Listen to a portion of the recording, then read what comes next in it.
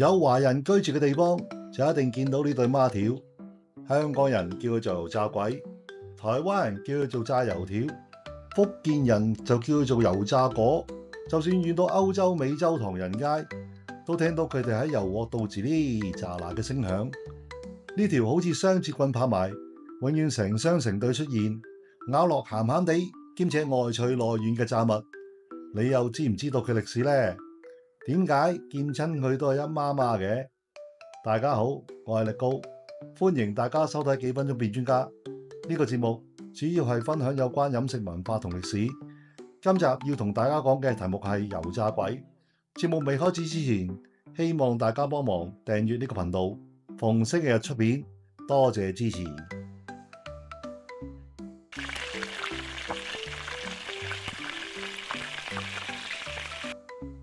初初聽油炸鬼呢個名，以為關地府事，原來暗藏一段民間充滿抑壓怨氣嘅故事。仲記得讀書時期讀過一篇叫做《岳飛之少年時代》，家陣仲識背頭幾句。岳飛字鵬舉，商周湯陰人也。生時有大鵬若哭，非名失相，因以為名。岳飛長大後就做咗將軍。喺對抗金人入侵南宋嘅時候，就俾秦檜呢個奸臣用莫須有罪名加害岳飛。我諗呢段歷史大家都聽過。喺南宋首都臨安，即係今日嘅杭州，當時嘅老百姓聽到消息，個個都嬲到想拆天。喺鎮上風波亭附近有個賣早餐嘅小販黃耳，為咗發泄，就將麵團猜成秦檜夫婦嘅模樣，兩個手扣手咁綁埋一齊，攆手就抌落油鑊，邊炸邊大叫：炸油檜啊，嚼佢啦！場面一呼百應，塞到水泄不通，個個都買幾條炸油檜嚟咬，以泄心頭之憤。睇到呢度，明明係賣油炸檜，點解後尾變咗油炸鬼嘅呢？有學者話呢個係民間嘅避忌智慧。秦檜當年權傾朝野，百姓唔敢直呼叫檜，撞諧音字鬼嚟頂替。睇到呢度先發現原來人類係冇進化過，古人早識玩食字啦。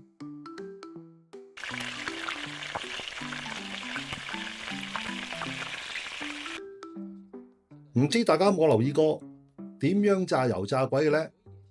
通常見到師傅將兩條麵條搭埋，用竹籤壓中間，再掹長麵條，揸住兩頭放入油鑊。咁點解一定要呢個造型呢？民間傳說當然同秦檜夫婦有關。話說當年秦檜同老婆王氏勾結金人，兩條麵團分別代表呢對奸人夫婦，放落油鑊等同於佢哋雙雙受刑。據說早期嘅油炸檜仲會練出頭手腳，不過除開傳說，將兩條麵團搭埋油炸嘅方法，其實暗藏廚藝科學。曾經有人做過實驗，單條麵條放落油鑊，表面即刻硬晒，中間仲生骨，仲會扭到好似脆麻花咁。但係將兩條麵團搭埋嚟炸，咁個結果就唔同晒。麵團重疊嘅坑紋變成熱力傳輸公路，油溫均勻滲入，麵團膨脹到中空酥脆，外層脆卜卜，入邊軟綿綿。呢個設計簡直係最佳油炸方程式，慳油慳時間之餘，口感仲冇得輸。古人嘅智慧真係唔可以睇小。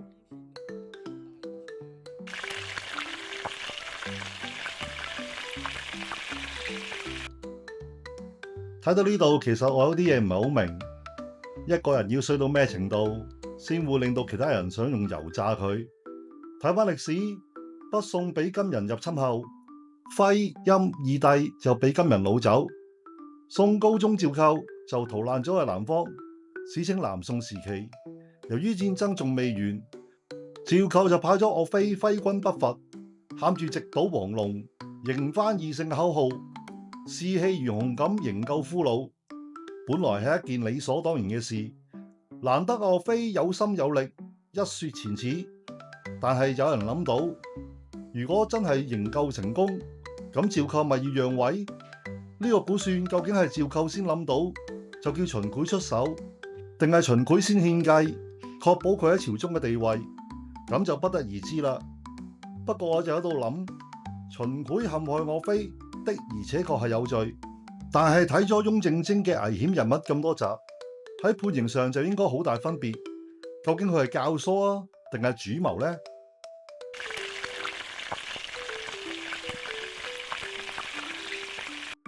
各位陪審員，呢單案件嘅內情其實一啲都唔簡單，但係我哋可以由史料上窺探到一啲線索。首先，大家記住，岳飛係喺紹興11年過身，即係1142年；秦檜係喺紹興25年，即係1155年病逝。重點嚟啦，各位，宋孝宗趙慎喺紹興32年登基，即係1162年。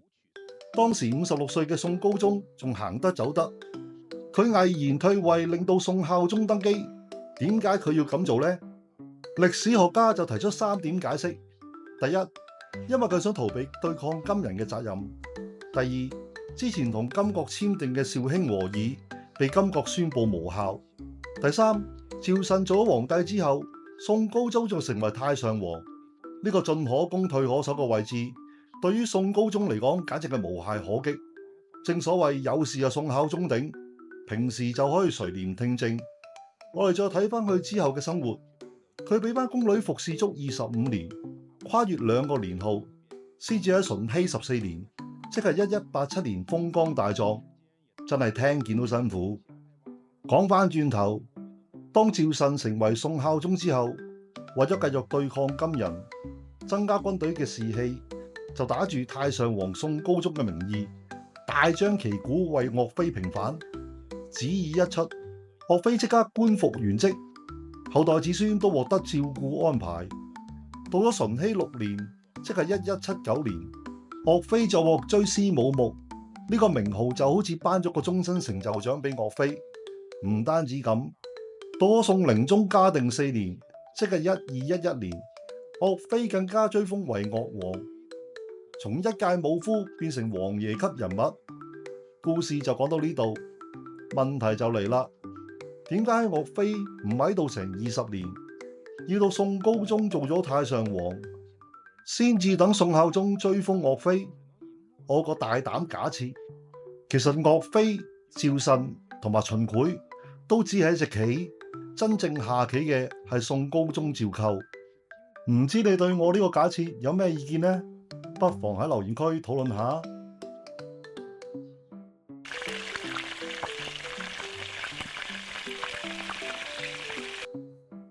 大家可能誤會我要為秦檜翻案，而事實上歷史都話咗俾我哋聽，秦檜都唔係好人一個。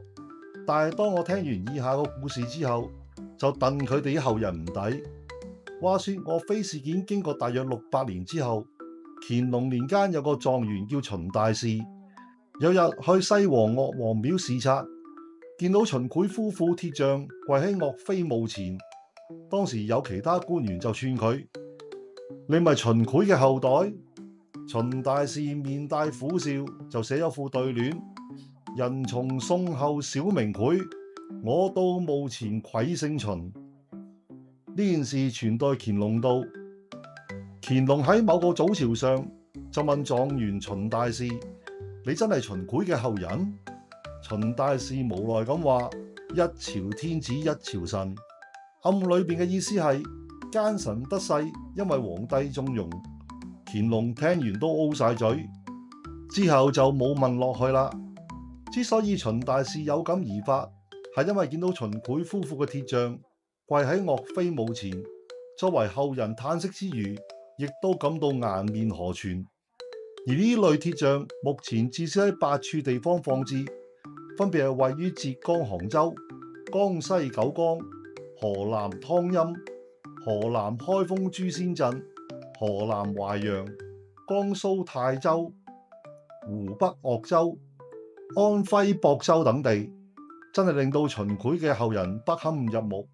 如果有人同你講佢係秦檜嘅後人，你會唔會好似乾隆一樣嘅反應呢？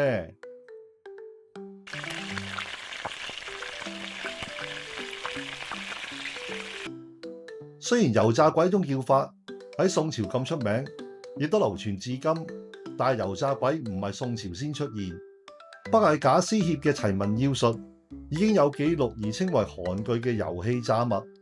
雖然韓據個樣似散紙包多過似孖條，而油炸鬼呢個故事只不過係後世將對奸人嘅憤怒影射喺已經存在嘅飲食文化裏邊，亦都增加咗多一層教誨意味。總結呢種借食物講古嘅操作，喺華人嘅飲食文化裏邊多到數唔晒。例如食粽念屈原、月餅藏起義密碼、萬三提避免文字獄。飲食嘅意義從來唔單止為飽肚，亦都作為社會上群眾情緒嘅出口。